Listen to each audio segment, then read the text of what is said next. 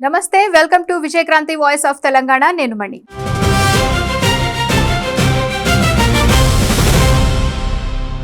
తాను ఆలయాల సందర్శనకు వెళ్తే క్షుద్ర పూజలు చేస్తున్నానంటూ తనపై కాంగ్రెస్ నేతలు అద్దంకి దయాకర్, సామా రామ్మోహన్ రెడ్డి దుష్ప్రచారం చేస్తున్నారంటూ మాజీ మంత్రి బీఆర్ఎస్ నేత హరీష్ రావు ఆగ్రహం వ్యక్తం చేశారు.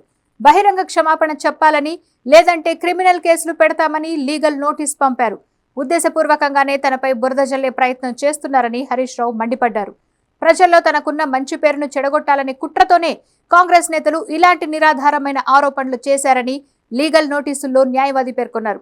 జూలై 31న కాంగ్రెస్ నేతలు కావాలనే ఒక వీడియో రికార్డ్ చేసి అన్ని వార్తా ఛానళ్లకు, సోషల్ మీడియా ప్లాట్ఫామ్లకు పంపి ఈ దుష్ప్రచారానికి తెరతీశారని నోటీసుల్లో స్పష్టం చేశారు.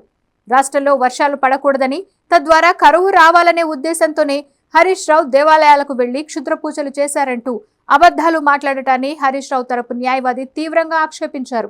దేవుళ్లను, పవిత్రమైన దేవాలయాలను సైతం తమ స్వార్థ రాజకీయాల కోసం వాడుకోవటం వారి సంకుచిత బుద్ధికి నిదర్శనమని మండిపడ్డారు.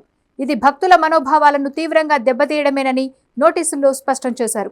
ఆధారాలు లేకుండా చేసిన ఈ తప్పుడు వ్యాఖ్యలను కాంగ్రెస్ నేతలు వెంటనే వెనక్కి తీసుకోవాలని డిమాండ్ చేశారు.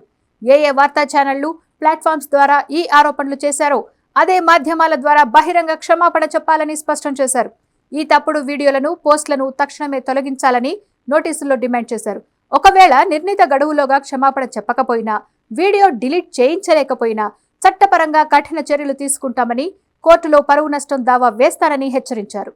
సో వ్యూవర్స్, ఈ అంశంపై మీ అభిప్రాయాలను కామెంట్స్ రూపంలో చెప్పండి. వీడియో నచ్చితే లైక్, షేర్, సబ్స్క్రైబ్ చేయండి.